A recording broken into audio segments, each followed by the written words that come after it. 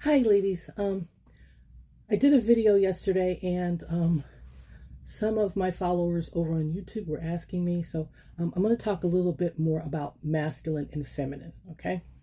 First off, men and women possess both feminine and masculine traits. Okay.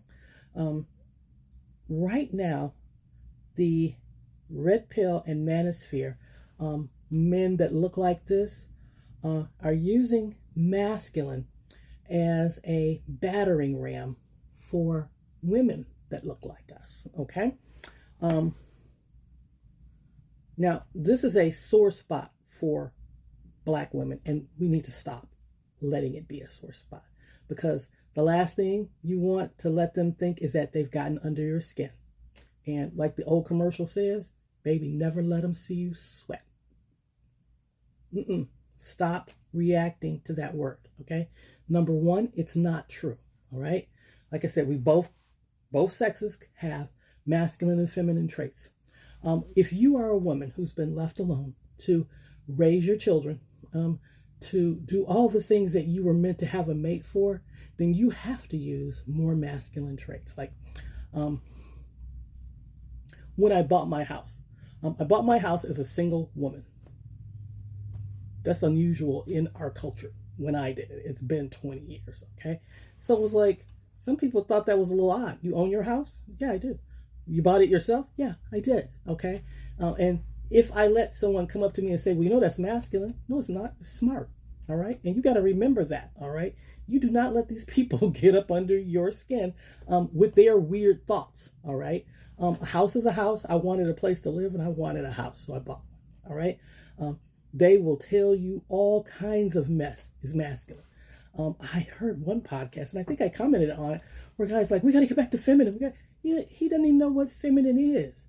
The way he talked at that podcast, he had no idea how femininity worked, how feminine women are even made. They're not made by a guy sitting at a podcast yelling, be feminine. That's not how that works at all.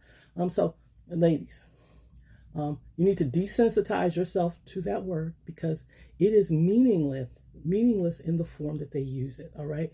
We are all using masculine and feminine traits all the time.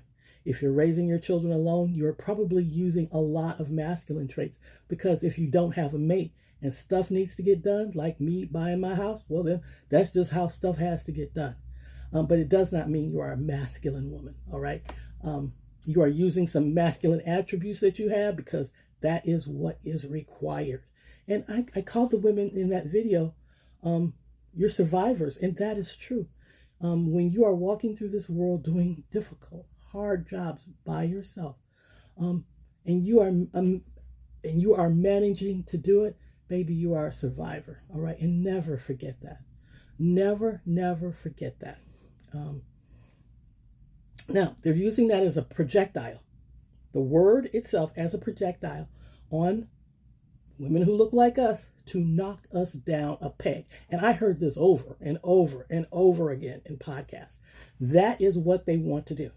This is a psychological trick to make women who look like us feel bad about ourselves, bring down our self-esteem, because what's happening over time, baby, it's creeping up. It's creeping up. And so they keep mentioning, bring them down a peg, bring them down a peg. That's like over and over. That is that's the manipulation that's going on here with these men when they say that word. When they mention masculine and feminine, baby, cut them off at the knees. All right, I'm not sure who they think they are. They don't get to define femininity, number one, and the fact that they're talking about it means they probably are not the other. They're not masculine themselves, because the men I've dated have never brought it up in any type of conversation. The only place I've ever heard a man bring it up is on podcasts, honestly. And I sit and watch hours of podcasts. So no, this is a battering ram that is made specifically for you. Okay. So you got to desensitize yourself when you hear it. Remember who's talking. Nobody wants these men. Okay. The men who are saying things like this, nobody wants them. Nobody should be dating them. Okay. Because at their heart, they're manipulators. And that's what they're trying to do, is manipulate women into being submissive and lowering their standards and bringing themselves down a peg or two. One of my mutuals sent me a video, and it was really kind of interesting. It was a guy who didn't look too good.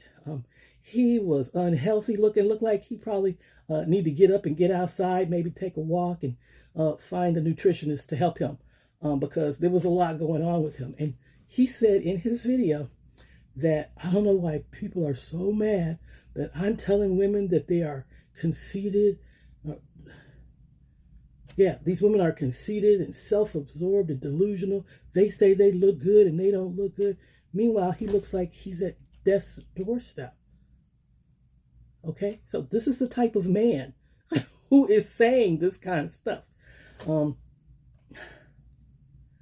not worry yourself, all right? Continue on your journey. Do not let these men even begin to slow you down. If you ever hear them talking about either femininity or masculinity on a date, baby, lock it up and walk away, because that means they red pill, okay? Because, again, the dates I've been on, nobody's ever brought up my femininity, masculinity, none of that stuff. He wants to break you down. He got to insert that in the conversation. Oh, you're doing masculine things. No, I'm doing necessary things. All right, ladies. Love you, ladies.